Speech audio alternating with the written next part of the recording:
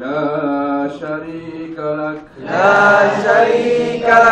لبيك اللهم لبيك لبيك اللهم لبيك لبيك لا شريك لك لبيك لبيك لا شريك لك لبيك إن الحمد والنعمة لك والملك لا شريك لك Alhamdulillah. Baik para tetamu Allah sekalian, apa khabar? Alhamdulillah. Okey, Alhamdulillah. Tahu tak sekarang ni kita berada dekat mana? Tahu. Korang pun tak tahu? Tak tahu, siap. Baik, sekarang kita berada di perkuburan Bakek.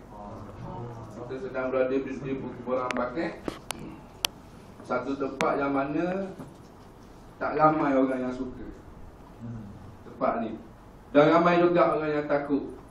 Sedangkan Nabi menganjurkan kita agar kita selalu menziarahi kubur, seperti mana dalam hadis Nabi kita sallallahu alaihi wasallam,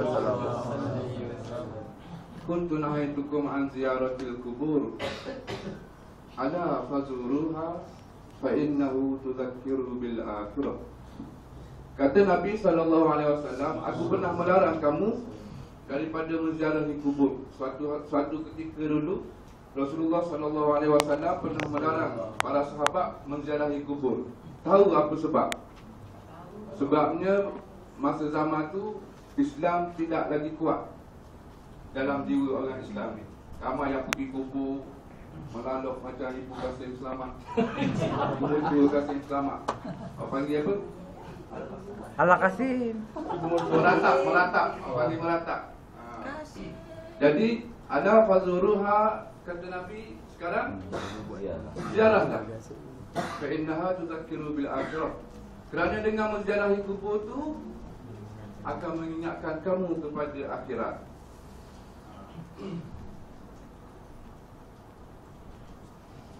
Rasa semacam ni.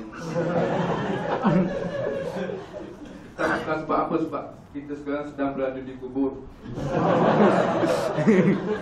Sebab kalau kita ingat kembali satu kisah di mana Sayyidina Uthman bin Affan radhiyallahu anhu, dia pernah menangis ketika menziarahi kubur. Sedangkan Sayyidina Uthman ni, boleh saya guna bahasa Terengganu sikit?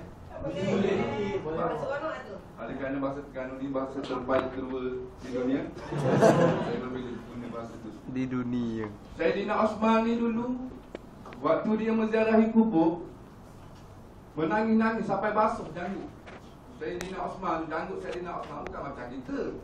Janggut Sayyidina Uthman ni panjang ni, tapi sampai basuh janggut-janggut. Dia menangis, pasal apa? Pasal dia fikir apa yang akan jadi kepada dia di dalam kubur. Sedangkan Sayyidina Uthman bin Affan adalah sahabat-sahabat yang dijamin syurga oleh Rasulullah sallallahu alaihi wasallam.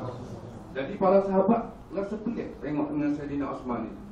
Maka sahabat pun bertanya, wahai Sayyidina Uthman, pasal apa ya kamu ni jadi takut sangat apabila duduk atas kubur ni? Sedangkan kalau Nabi bercerita tentang azab neraka, kamu taklah takut sampai macam ni. Jadi Sayyidina Uthman jawab, innamal qabru awwalu manzilin min manazilil akhirah, wa in salaha fama ba'dahu aisaru minhu, wa in fasada fama ba'dahu asyaddu minhu. Kata Sayyidina Uthman, kubur ni merupakan tempat persinggahan pertama kita menuju ke alam akhirat. Jika baik kamu di persinggahan pertama tu, maka baiklah jalan kamu untuk seterusnya. Jika buruk kamu di tempat persinggahan pertama kamu, yakni di kubur, maka buruklah perjalanan kamu seterusnya hingga dicampakkan ke dalam api neraka. Na'udzubillah min dzalik. Jadi perkuburan Bakek ni, dia berasal daripada perkataan Raqad, satu nama pokok yang ada di perkuburan Bakek ni. Jadi daripada perkataan tu diberikan nama perkuburan Baqi'. Dan perkuburan Baqi' ini mempunyai beberapa keistimewaannya. Salah satunya Rasulullah SAW pernah berdoa kepada ahli Baqi'. Dan tentang hadis sesiapa yang ditanam di perkuburan Baqi' akan dijamin masuk surga itu, saya tidak dapat menjumpai hadis sahih tentang kenyataan tersebut. Kalau tuan-tuan puan-puan dah ada jumpa hadis tersebut, boleh kemukakan kepada saya, untuk saya akan terangkan untuk jemaah-jemaah yang akan datang. Untuk setakat ini kita tak jumpa hadis sahih yang mengatakan sedemikian. Jadi tapi ada kelebihannya tersendiri di perkuburan Baqi'. Jadi sekejap lagi kita nak masuk kubur. Kita nak masuk kubur, kita nak masuk tanah kubur, bukan nak masuk dalam kubur.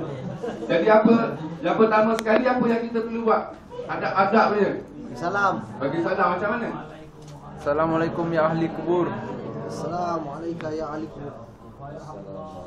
Banyaklah riwayat yang bermacam-macam lafaz Nabi pernah bagi salam kepada ahli kubur. Tetapi saya cukup jatuh hati dengan satu lafaz tu yang pernah dilafaz oleh Rasulullah SAW kepada ahli perkuburan Baqi'. Baik, kita baca sama-sama. Assalamualaikum ya ahla dar qaumul mu'minin. Assalamualaikum ya mu'minin. Wa inna insya'allahu bikum lahiqun. Wa inna Bikum lahiqun. bikum lahikum. Baik, assalamualaikum wahai penduduk kampung orang-orang yang beriman. Yang sebenarnya kubur tu lah kampung kita. Yang sebenarnya kampung yang kita duduk sekarang tu bukan kampung kita yang sebenar. Kampung sebenar orang-orang yang beriman adalah kubur. Sebab Nabi bagi salam, assalamualaikum ya ahla dar qaumul mu'minin. Assalamualaikum wahai penduduk kampung orang-orang yang beriman. Sesuai dengan hadis ini, saya teringat satu cerita.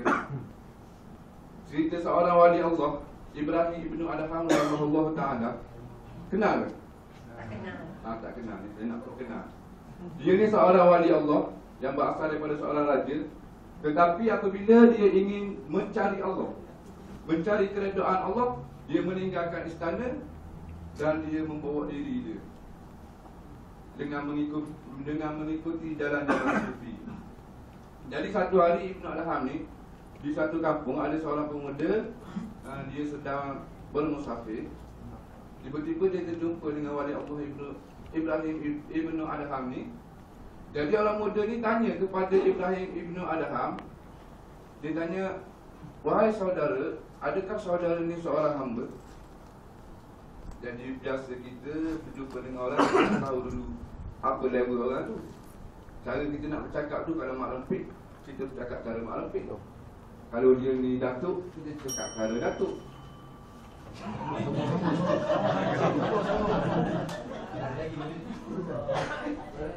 Sama sekali. Lepas tu dia kata, ya saya seorang hamba. Lepas tu pemuda tu tanya, boleh saya tahu dekat mana ada perkampungan terdekat di sini? Jadi Ibrahim Ibnu Adham ni jawab, ada.